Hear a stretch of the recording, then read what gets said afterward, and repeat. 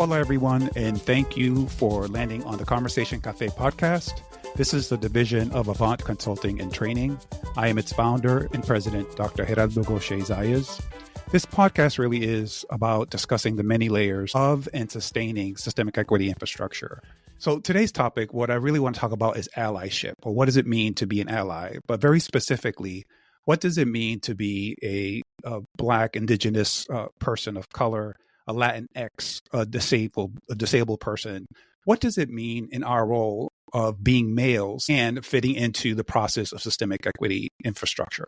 According to inclusiveemployers.com, what they share is that ally, it really isn't just a buzzword, right? That it's often defined as someone who is a member of a marginalized group, but wants to really support and take action to help others in that group. I mean, allyship in the workplace really is crucial for this inclusion and equality that are part of getting to the goal, which could be or should be systemic equity infrastructure. The most widely used definition comes from Nicole Asong Funayam-Hara, who is the director of the programs at Mayo Clinic. And she says, when a person of privilege works in solidarity and partnerships with a marginalized group of people to help take down the systems that challenge the group's basic rights, it equals access and ability to thrive in our society. So, however, Samantha Ray Dickinson adds that to be an ally, privilege alone isn't enough. Like, we must have also the same degree of power, right? You could be an ally to different racial and ethnic groups, religions, LGBTQ plus identities, disabled people, and anyone for whose society really has created barriers or systemically created othering. And I think as long as we have space and time, that we should be helpful to the process. Allies are key in the response to how might we do this. Today's guest, I'm excited to share with the audience. We have Hari Stephen Kumar. He is today's guest speaker. He's the founder of Convivo, and we will discuss allyship for building systemic equity infrastructure and the role that Black, Indigenous, Latinx, disabled, Asian, and other persons of color, male. What is our role in this effort? I think sometimes we hear about, how white allies need to be there, but I also think that as people who are part of the community, we should start having conversations is what is our responsibility, right? And I think what I'm hoping to get to with our speaker today is that Hari he's a co-founder. Hari Stephen Kumar is the founder of Convivo, a professional development company with the mission of helping people connect by building authentic communication skills. He is a trainer, a facilitator, and a storytelling coach, passionate really about creating transformative and joyful learning experiences. Hari has a wide range careers in both industry and academia with graduate degrees in electrical engineering and communication. Hari is also an immigrant with roots including India, Yemen, out of Arizona, and 27 consecutive winters in New England. He lives, loves, and labors in the Berkshire Mountains of Western Mass. And without further ado, I want to welcome Hari Stephen Kumar to Conversation Cafe. Gracias and welcome. Gracias, hermano Gerardo. It's really an honor and a privilege and a joy to be with you again and to be on this podcast. Thank you for having me. Awesome. I am looking forward to our conversation today because I think sometimes we don't have this conversation, right? As people who are first generation Americans, as people who are definitely part of underrepresented populations in a sense of other intersectionalities of identities, right? So yeah, we are male. That makes us quote unquote dominant, right? But even within that, the intersection of the other identities we have, I think our lens is unique, and I think we should start having a conversation openly. So I'm really looking forward to doing this with you today. We've had many conversations, and what I'm hoping throughout the years is that we can actually capture our conversations, shine light differently, maybe a different perspective. Because again, we're not here to really change people's minds, but what we are here to do is give them perspective. Mm-hmm. Now, what they do with that, what I'm hoping is it allows them to be curious enough to learn and want more. So why don't we jump in to the first questions, if that's okay? Yeah, let's go. All right. So to me, the first question that comes to mind is, Hari, this is obviously the question that I have for you, and I will think about it as we're engaging as well, is how has your identity as a man of color influenced your approach to advocating for systemic equity? And where are the pivotal moments that might have motivated you into really going into the direction of equity work within the framework of what you do, which is amazing storytelling? Thank you. Thank you so much. This has been a really interesting question for me to think about as a storyteller. Pivotal moments play a big role in stories. In many ways, you can't have a compelling story without pivotal moments, those turning point moments that really change the direction of a story. So as I was thinking through this, there's the way that I typically tell the story, but then I was realizing there was actually a bigger pivotal moment even earlier. So the way I typically tell the story is that, my own narrative as an immigrant, as a man, my awareness of myself as a person of color really began like in maybe about 2007, 2008, which is when the Obama election was going on. So of course, as an immigrant at that time, as a brown person, that clearly, it had a big resonant moment.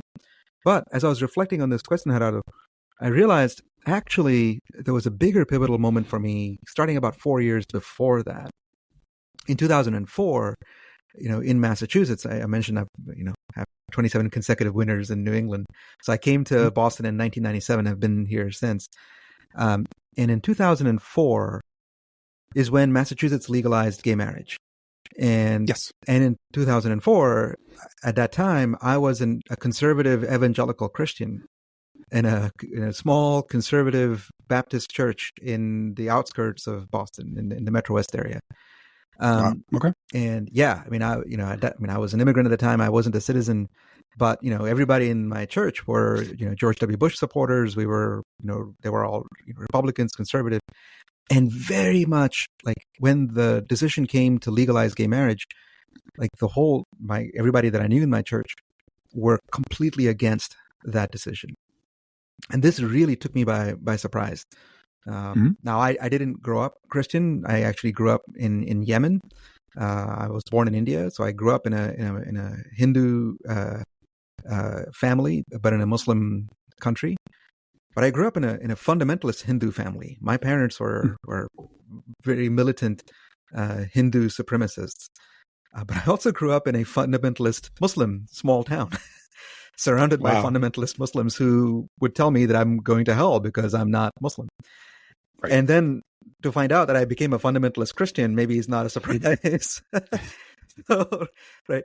So in 2004, so in that was a really major pivotal moment for me of realizing, wait a second, I'm still in a fundamentalist mindset. And I'd been a Christian for about 4 years, and I'd been really drawn to the Christian teachings of Jesus. But to hear the hatred from the members of my church, it made me really realize, wait a second, what's going on here? Right. Yes. You remind me of, I guess, a core principle of all religions, right? Regardless of what religion you follow. Love thy neighbor is pretty much a staple. Yeah. Right. Don't judge. Don't, do unto others as you would do unto yourselves. Like all those sayings and, in the religious realm, it talks about, acceptance and calling in. Yeah. What I always find interesting is the acceptance of calling in with the asterisk behind it. Yeah. Acceptance to call in only if fill in the blank. Yeah. And I always push back a little bit, like what happened to the skill set of agreeing to disagree? What happened to, we don't agree with things, but we can talk about it, and we can actually talk about the or factor and not the and factor, or the other way around. It really becomes what you're describing as, we don't have to choose this sense of religion or these parts of religion over the other parts of religion.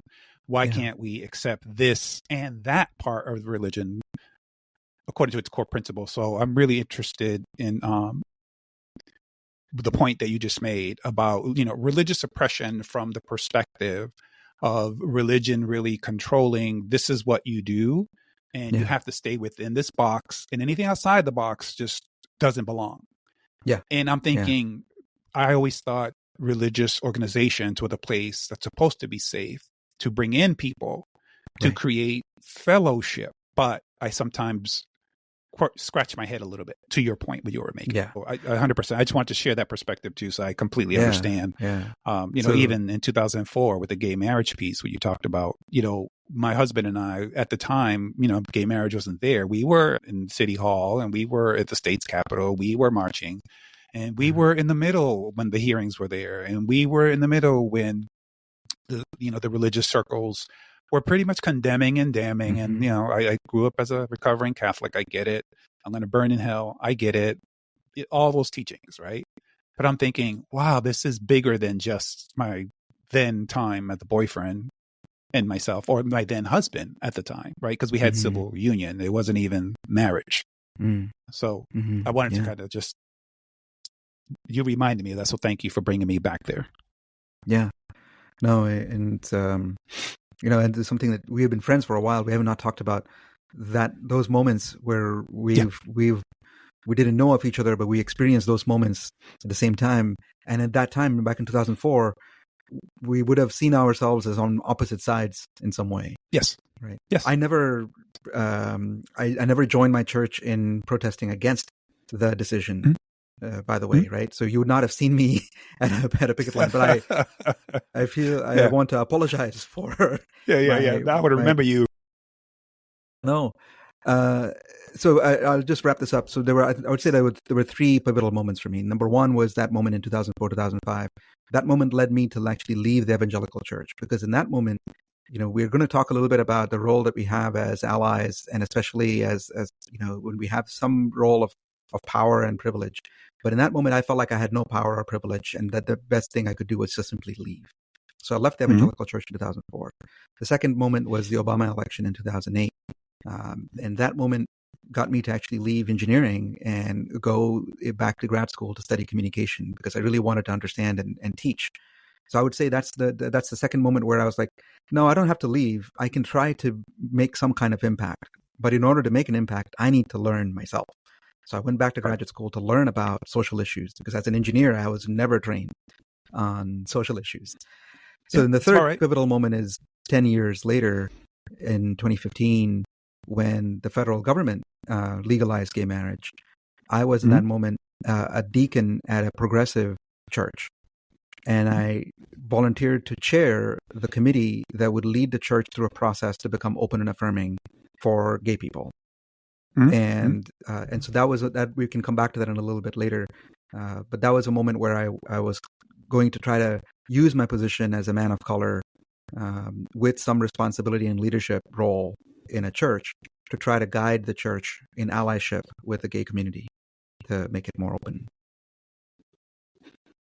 Yeah, no, that makes sense 100%. I think that, to me, those are really interesting how they stack up on each other, right? It's sometimes, you have that one moment to kind of call to your attention, right? It calls to your attention. And then there's two things that happen. Something calls for your attention, and either it gets kept or you move on to the next thing, right? And I understand that people have multiple layers of things called life, right, that they have to focus on and prioritize. I think that what a lot of people don't understand, even to today, right? So allyship, right? Allyship could mean many different things to us, even as our intersectionalities of our social identities are varying. Think about the experiences, to your point, like we felt the same thing, but from different angles. And I think that for me, a big piece of allyship is the ability to have the empathy, is the ability to be uncomfortable and be okay with being uncomfortable, because it's not getting it 100% perfect. It's getting it to the point of, how do I demonstrate my willingness to, I may not agree with this, but I want to make sure that I work with you to make sure that it doesn't happen systemically moving forward. Yeah. Right. And I think that for me, allyship is very different depending on our identities. Like, what is our primary identities, right? What is our secondary identities? What are identities at work? What are identities at home? What are identities at worship? What are identities in the community? Like, there's so many layers. And I just think that one of the things that I always find fascinating is, for us to understand how to be better allies, we have to understand the whole concept of what is systemic equity infrastructure building, right? And I think that a lot of organizations focus on DEI, and I mentioned it earlier with regards to, those are some of the tools to get us to something, right? It's a bigger picture. And I think that's really important that we don't do that in a way automatically. It's almost like we have to retrain our brains. Yeah. So I kind of feel like, the neuroplasticity in our brain is already full.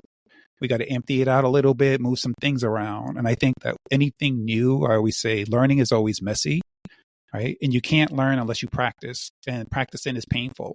And that's every aspect of our lives. So that's why I wanted to have this conversation with you today is allyship. From the lens of the BIPOC or the BILDAPOC, because I want to throw in Latin and disabled individuals and Asian individuals in there as well.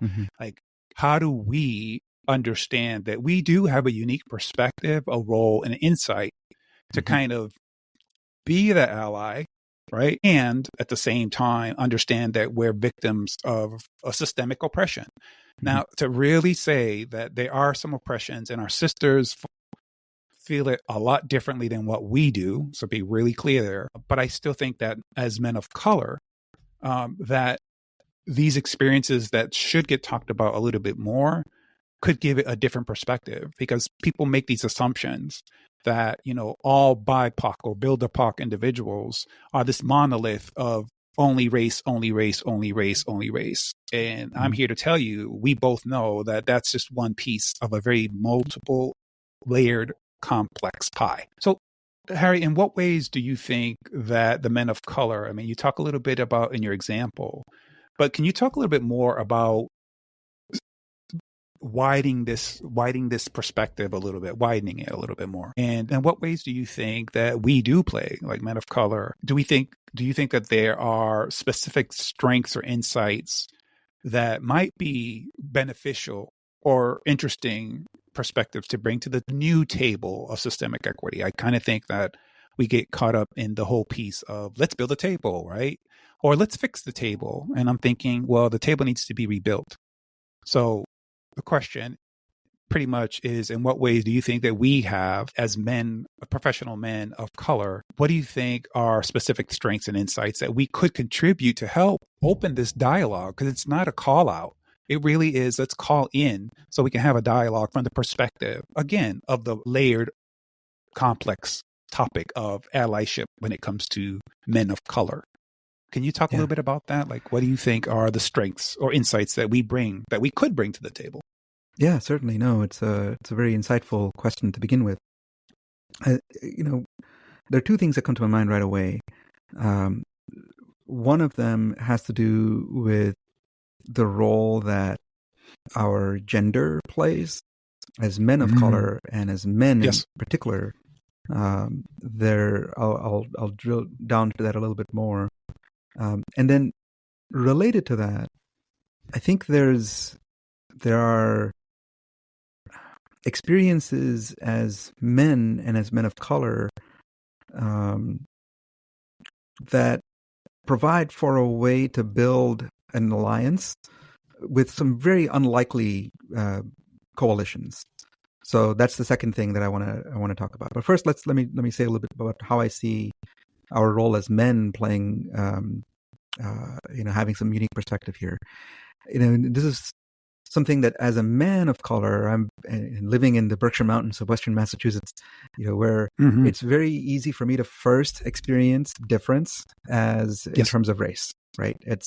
I'm around, there aren't very many people of color, brown people, black people in the hills here. Yes. There are, I'm aware, the second thing I need to be aware of is that, there are actually a lot of men that I'm, in my circle, right? I do not have very many close friends that are women. It's easier for me to build friendships with men.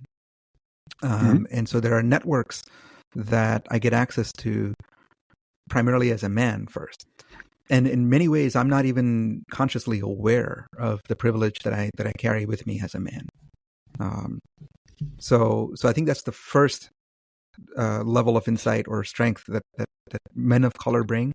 is the more aware we are of the privilege that we carry as men, and to understand ways of using that privilege, leveraging that privilege, not just for our benefit, but for the benefit of others who are not yet at the table, and to rebuild the table. I love that metaphor of pointing to the table and saying, "Hey, wait a second. Hey, can we make this wobbly. table? It's wobbly. Yeah, it's wobbly. Why putting a piece of paper on the table leg, which we all know we've done, right? Yeah. Just make it stable. It doesn't fix the problem. Yeah, it patches it. It doesn't fix it. Yeah. So that's I think the first thing I would offer. I think in a related sense, the second thing I would have to offer, and I think this is something that might take folks who are not men and not men of color maybe a little bit by surprise. It certainly took me by surprise. So I won't generalize.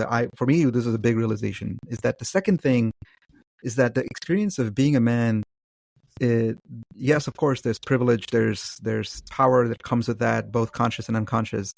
But there's also a profound loneliness that is a big part of the experience for being men. And we see it in sometimes the expression of toxic masculinity. But I think there's a deeper hunger there for camaraderie, for fellowship, for brotherhood. And that hunger is, when it's not being met in healthy ways, there are many unhealthy options available for experiencing that. And so I think there's a power and a possibility here of making the process of rebuilding a table a process that brings camaraderie and fellowship and brotherhood. It's one thing as a man to be told, "Hey, this table that you built is wobbly." That's true. But it's another thing as a man to be like, "Hey, let's do this construction project together." Yeah, I'll bring my tools. Yeah, do you got a skill saw? I'll bring a beer. I got some music to put on the radio. Right. I think it's interesting because, to your point, like, we have to be able to have the conversation of what does masculinity mean, even amongst our own cultures.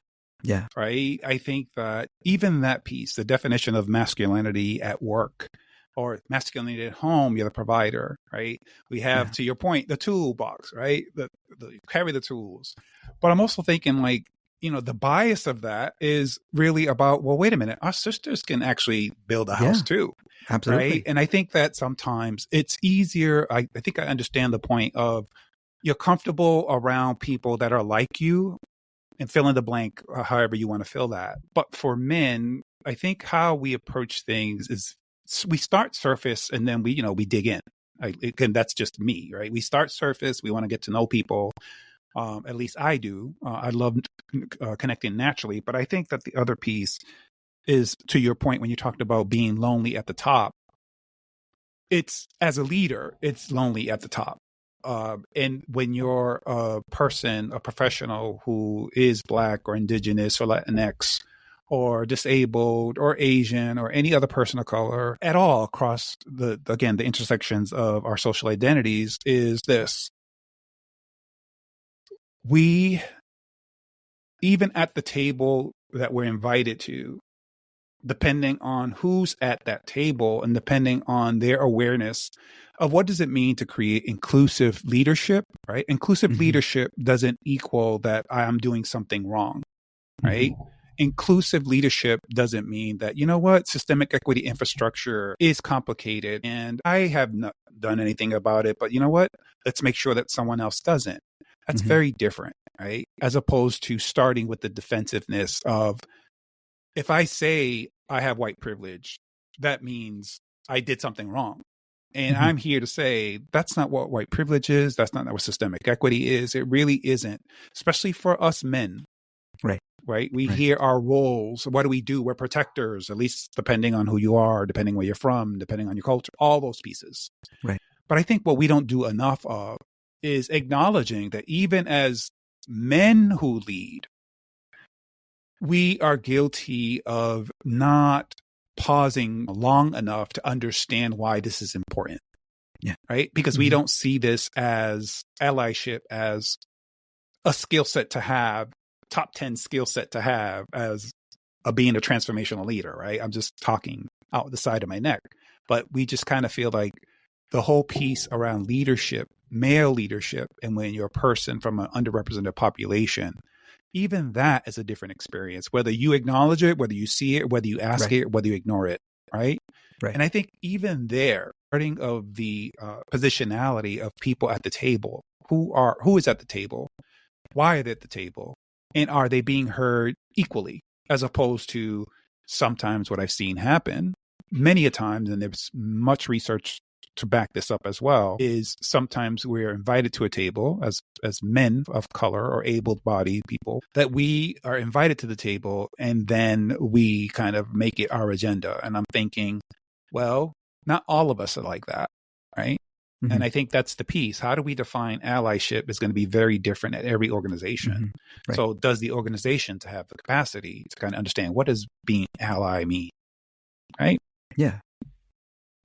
I think one of the follow-up questions that I have for you is, even when you're mentioning some of the things that I naturally think of with this topic are mechanisms, right? Mm-hmm. Like, what do you feel is probably, in your own opinion, right? What might be the mechanisms in place for us to really look at systemic equity, not just as a strategy, but really to do it in a way that's not performative? It's real easy for us to understand the strategic plan and why it's important.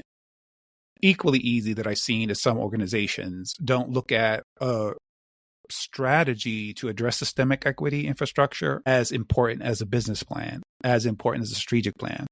Like it really, to me, those are some mechanisms that should be in place. And to me, those are obvious ones. Other than those, what are some of the things that you feel, or what are the mechanisms that you feel might be helpful for us to be just better allies in our approach towards creating or building systemic equity infrastructure? I think there's, like, it would depend on the organization, but when I think about mechanisms, I think about processes. And I think about, changing processes. So taking change that happens at a process level.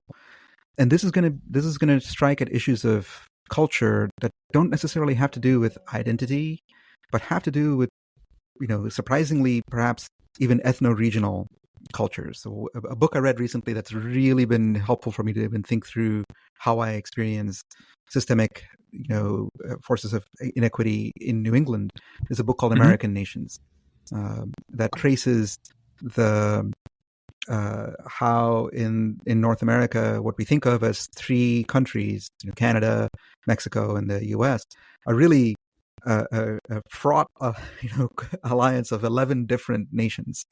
And that where we are living, in New England, this is Yankeedom. And Yankeedom is, and it's characterized by processes of co-governance and consensus-based decision making. You see it in even just how we are organized as a society in Yankeedom. You look at Massachusetts, New Hampshire, Vermont, upstate New York, Pennsylvania, Wisconsin, Michigan. In many of these places, everything happens at the local town level. And the town hall, town council is such an important part. And that permeates to all the civic institutions as well. They're all organized around, boards that meet and have to have minutes, and conversations are followed using Robert's Rules of Order and things like that. So at the process level, if you're in a company, even a for-profit company, even maybe a really progressive, high-tech company, but if you're a company like that located in New England, you're likely going to be driven by internal processes that look a lot like local town culture, which means that those processes are filled with mechanisms that are riven with the thing of like, well, this is how we've always done it. Join Geraldo and his guest next week for part 2 of this episode of Conversation Cafe.